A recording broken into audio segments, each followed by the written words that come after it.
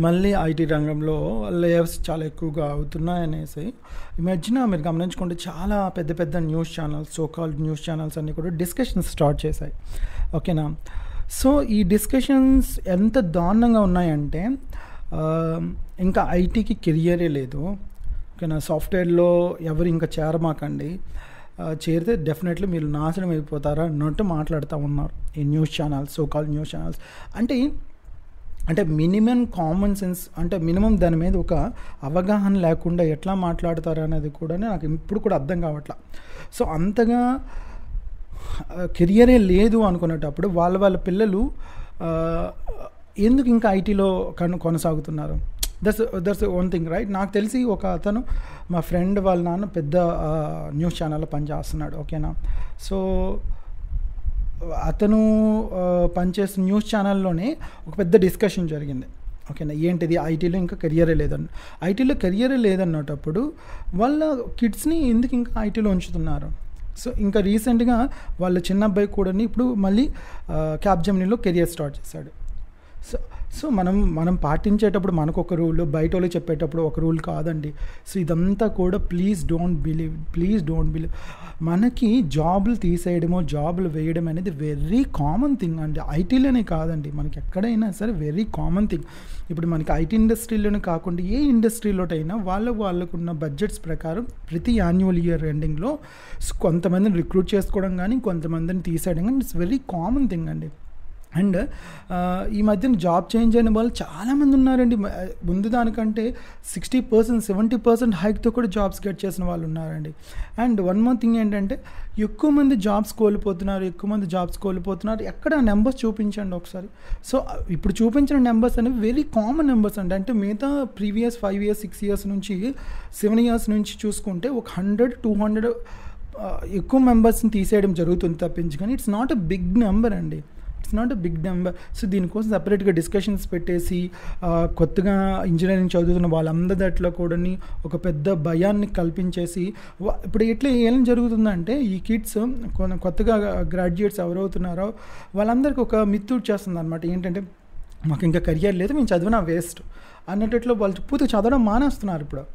కానీ ఏ కోర్సెస్ నేర్చుకోవడం కానీ, దేంట్లో జాయిన్ అవ్వడం కానీ, ఈవెన్ వాళ్ళు ఏం చేస్తున్నారు, ఏ ఇన్స్టిట్యూట్లోకి వెళ్తున్నారు, ఆ ఇన్స్టిట్యూట్ని ఇంకా వీరి పరంగా ఏమంటారు అంటే దాన్ని కూడా చులకనగా మాట్లాడుతున్నారు. చూడండి, ప్రతి ఒక్క ఇన్స్టిట్యూట్ అనేది ఈ రోజుల్లో అయితే ప్రతి ఒక్క ఇన్స్టిట్యూట్ కూడా ఒక బిజినెస్ అండి.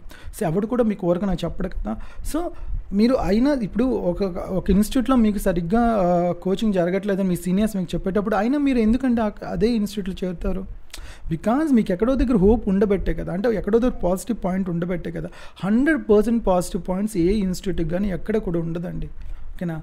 సో ఇప్పుడు ఏం చేస్తున్నారు, పిల్లలందరూ కూడా ఏ కోర్సెస్ నేర్చుకోవట్లేదు. Even basic like languages, like C language కానీ, జావా లాంగ్వేజ్ కానీ, పైథాన్ లాంగ్వేజ్ ఇది కూడా నేర్చుకోవట్లేదండి. సో అందరూ కూడా నాన్ ఐటీ అని అంటారు. నాన్ ఐటీకి ఎప్పుడు కూడా నాన్ ఐటీ అయినా ఐటీ అయినా సరే కెరియర్ ఎలా ఉండాలంటే ముందుగానే మనం దానికి రెడీగా ఉండాలి. ఓకేనా? అండ్ ఇంకొక విషయం ఏంటంటే ఎక్కువ లేఆఫ్స్ ఎప్పుడు జరుగుతున్నాయి అంటే ఎక్కువ మందిని తీసేస్తున్నారండి. తీయడం మనం తీస్తున్నారు, బట్ ఎట్లాంటి వాళ్ళు తీస్తున్నారు? ఒక కంపెనీలో 1000 members ఉన్నారు అనుకోండి, 1000 members తీసేయట్లే కదా. అందులో జస్ట్ 1%, 2% మెంబర్స్ని తీస్తున్నారు కదా. అంటే 1%, 2% మెంబర్స్లో నువ్వు కూడా ఉన్నావంటే అర్థం ఏంటి? నీకు నువ్వు లైక్ ఏమంటారు, సెల్ఫ్ క్రిటిసైజ్ చేసేసుకోవడమే. ఓకేనా? అంటే నిజంగా నన్నే ఎందుకు తీసేస్తున్నారు? So there is a point with them. దర్ ఏదో పాయింట్ ఉంది నేను తీయడానికి. ఏంటది? బికాజ్ నీ పెర్ఫార్మెన్స్ సరిగ్గా లేకపోవడం వలన తీసేస్తున్నారు. సో నాకు తెలిసి ఈ మధ్యన చూసుకుంటా అండి, ప్రతి ఒక్క ప్రాజెక్ట్లో కూడా ప్రాజెక్ట్ మేనేజర్స్ చాలా ఎక్కువగా ఎక్స్పెక్ట్ చేస్తున్నారండి. So you have to do everything, front and work, back and work, database work, even develops సంబంధించిన అన్నీ కూడా మీరు చేసేటట్లు రెడీగా ఉండాలండి. మీరు నేర్చుకోను, నేను ఓన్లీ బ్యాక్ అండ్లోనే జాయిన్ అయ్యాను, నేను చేయను అంటే డెఫినెట్లీ తీసేస్తారండి. సో మీకన్నా బెటర్ క్యాండిడేట్ మీ శాలరీకి పని చేస్తాను అనుకుంటే డెఫినెట్లీ తీసేస్తారు. సో దానికి మీరు బయటకు వచ్చేసి నన్ను తీసేస్తారు, this is the reason, that is the reason. ఇదంతా కూడా పక్కా చెప్పాలంటే సొల్లండి, నిజంగా చెప్తున్నా. So please don't believe. న్యూగా వచ్చే క్యాండిడేట్స్ ఎవరైతే ఉన్నారో ప్లీజ్ బిలీవ్ మీ, ఐటీకి ఇంకా మంచి కెరియర్ ఉంది. ఇప్పుడు జరిగిపోయింది ఏమీ లేదు, జరుగుతుంది కూడా ఏమీ లేదు, నథింగ్ అంటే నథింగ్ మీ కెరియర్. అండ్ అట్లాంటప్పుడు అయితే ఈ మధ్యన చాలామంది క్యాప్జెమినీ ఆన్బోర్డింగ్ చేస్తుంది, యాక్సెంచర్ ఆన్బోర్డింగ్ చేస్తుంది, ఈవెన్ టీసీఎస్ కూడా ఆన్బోర్డింగ్ చేస్తుంది. ఎస్, డెఫినెట్లీ నాకు తెలుసు అండి, కొంతమంది 4-5 కంపెనీలు సెలెక్ట్ అయ్యి కూడా ఏ ఆఫర్ లెటర్స్ రాకుండా ఇంట్లోనే కూర్చుంటున్నారు. ఇంట్లో కూర్చోమని ఎవడు చెప్తున్నాడు మీకు? ప్లీజ్ బయటికి రండి, బయటకు వచ్చేసి ఈ చిన్న స్టార్టప్ కంపెనీలో నేను కెరీర్ స్టార్ట్ చేయండి. కెరీర్ స్టార్ట్ చేస్తే నీకు తెలుస్తుంది, నాకు 4 కంపెనీలు సెలెక్ట్ అయ్యాను, నేను ఎప్పుడు పిలిస్తే అప్పుడు వెళ్తాను. అది పెద్ద మిస్టేక్ అని నాకు తెలిసి. ఇప్పుడున్న ఫ్రెషర్స్లో ఏంటంటే కంపెనీ అనేది ఈజీగా సెలెక్ట్ చేసేస్తుంది. ఓకేనా, మీరు అగ్రీ సెలెక్ట్ చేసేసి ఆన్బోర్డింగ్ ఇవ్వట్లా. సో ఇప్పుడు వీళ్ళు ఏం చేస్తున్నారు, ఆన్బోర్డింగ్ ఇచ్చినంతవరకు ఇంట్లోనే కూర్చుంటున్నారు, ఎంజాయ్ చేస్తున్నారు లైఫ్ని. This is not time for enjoying.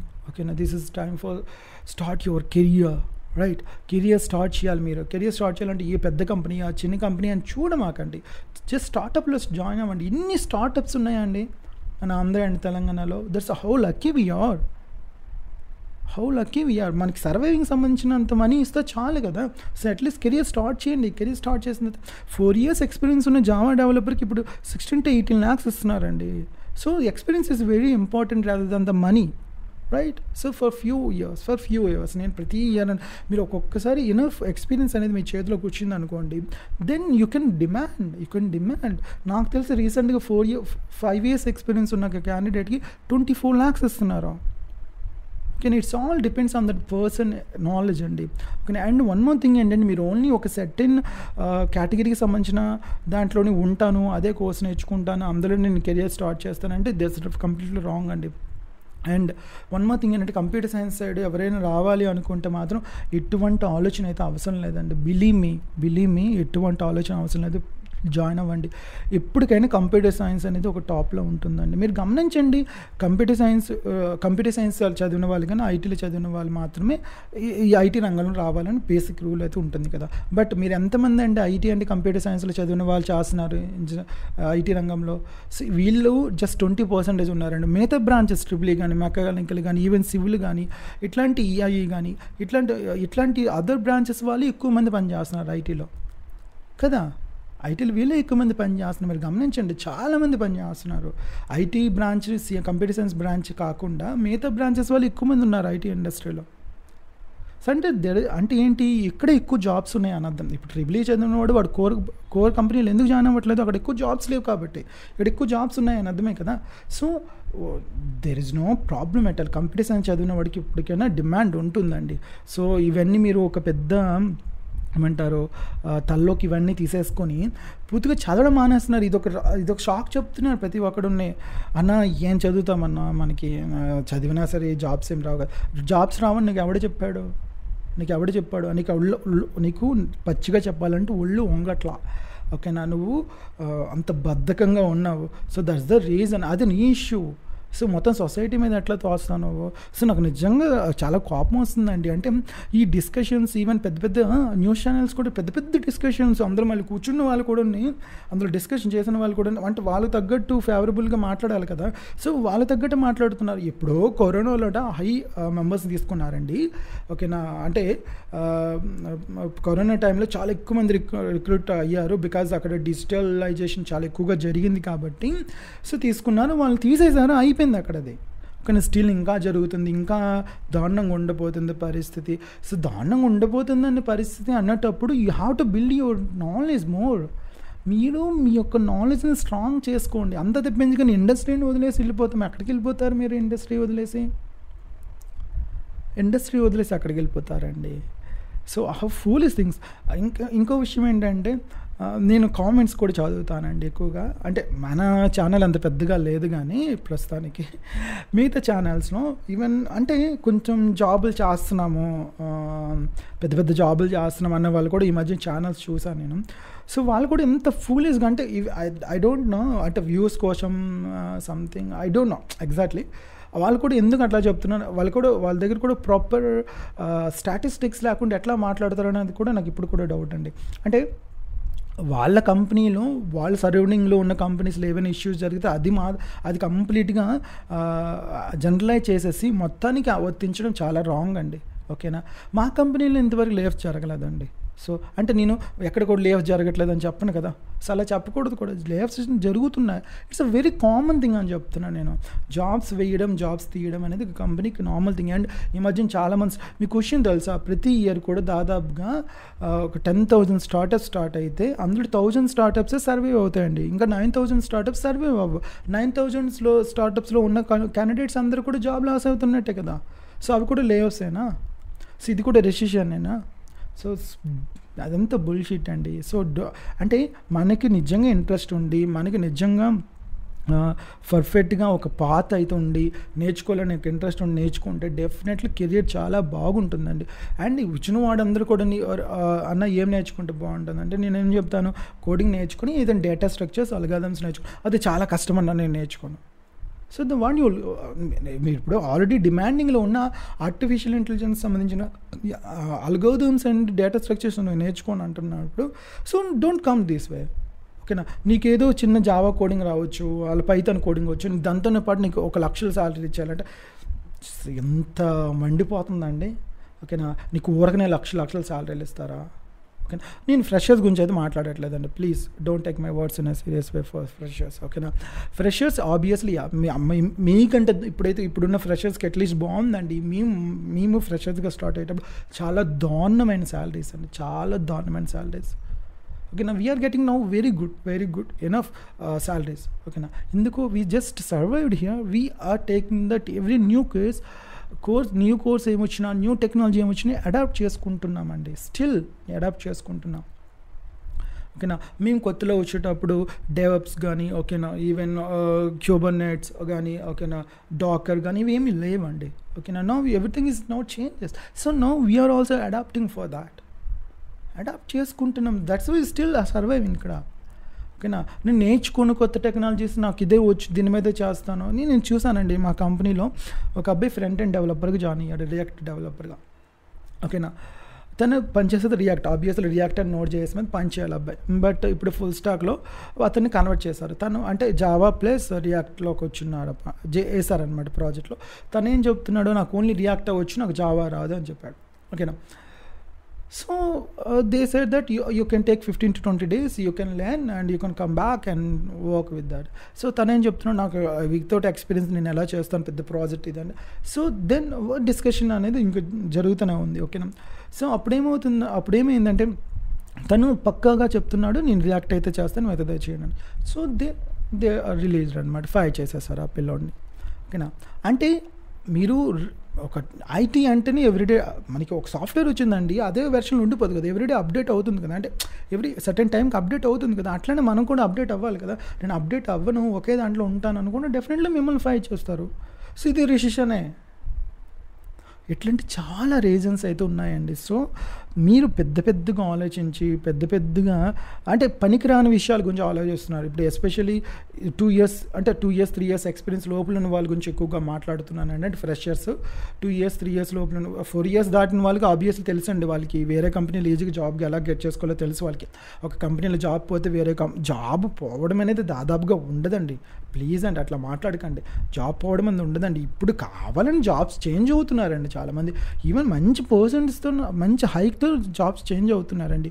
ఎవరైతే 3 years లోపల ఉంటారో ఫ్రెషర్స్ ఉంటారో వాళ్ళ గురించి మాట్లాడుతున్నానండి. Please don't waste your time. ఏదో ఒక కోర్స్ నేర్చుకోండి, డోంట్ సిట్ ఐడియలీ. ఓకేనా, కూర్చొని నాకేం రాదు కదా, ఏం చేసిన అవసరం లేదు, ఇదిగోండి చాలా కంపెనీలో జాబ్స్ పోతున్నాయి, ఉన్న వాళ్ళకి జాబ్స్ లేవు, మనం కొత్తగా వెళ్ళి మనం ఏం చేస్తాం, నువ్వేం చేస్తావు, నువ్వు నేర్చుకొని చూపించు అక్కడ. ఓకేనా, ఏమి నేర్చుకోకుండా ఏమీ ఒక పర్టికులర్ నాలెడ్జ్ అంటే నీకు లేకుండా ఎవరు ఏం చేస్తారు చెప్పండి.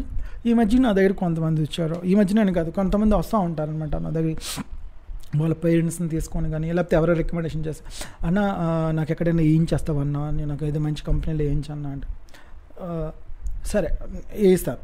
ఓకేనా, వేయిస్తాను. సో నీకేమొచ్చు అన్నాడు. సో అన్న నాకైతే ఏం రాదన్నా, నేను హానెస్ట్గా చెప్తాను, నాకేం నువ్వు వెదవని నాకు డైరెక్ట్గా చెప్పింది అయితే నేనే కంపెనీని జాయిన్ చేస్తాను నీకు, అక్కడ నేనే అదవని అవుతాను కదా. అంటే ఎంత కేర్లెస్గా ఉన్నారంటే ఈ జనరేషన్ వాళ్ళు, అంటే అందరినీ అనట్లేదండి, బట్ 70% ఎట్లయినా ఉన్నారు. సరే మీరు ఏం నేర్చుకోరు, బట్ రికమెండేషన్తో జాయిన్ అయిన తర్వాత సర్వే ఇవ్వడం చాలా కష్టం అండి. నా మొహాన్ని చూసి మిమ్మల్ని జాయిన్ చేసుకున్నాడు అనుకోండి, అది ఎన్ని రోజులు చూస్తాడు, మహా అయితే 1 month చూస్తాడు. 1 month శాలరీ ఇచ్చిన తర్వాత వాడికి నొప్పి వస్తుంది, శాలరీ తగ్గట్టు పని చేస్తున్నాడా లేదనేసి కదా. సో ఇదంతా ఎలా ఉందంటే ఇప్పుడు అంటే ఈ రికమెండేషన్స్, రెఫరెన్సెస్ కూడా ఈ మధ్యలో ఏమవుతుంది, ఈ రిఫరెన్సెస్ కూడా అది కూడా మనీనే. ఓకే, రిఫరెన్సెస్ కూడా ఇవ్వాలంటే మనీనే. సో అంటే అది పక్కన పెట్టేసండి, కొంతమంది అట్లా తీసుకుంటారు. ఇప్పుడు మన దగ్గర కూర్చున్న వాళ్ళు కూడా ఇప్పుడు నీకేం వచ్చినప్పుడు అట్లీస్ట్ కొంతమంది వస్తారండి, అన్నా నాకు ఎలా అయినా మంచి కంపెనీలో జాయిన్ చేసేసాన్న, నాకు లైఫ్ చాలా డిస్టర్బ్గా ఉందన్న, చాలా ఇబ్బందిగా ఉందన్న, లాస్ట్ 2 years నుంచి ఖాళీగా కూర్చున్నాను అన్న. ఓకేనా, సో లాస్ట్ 2 years నుంచి ఏం చేస్తాను, గవర్నమెంట్ జాబ్స్కి ప్రిపేర్ అయ్యానన్న.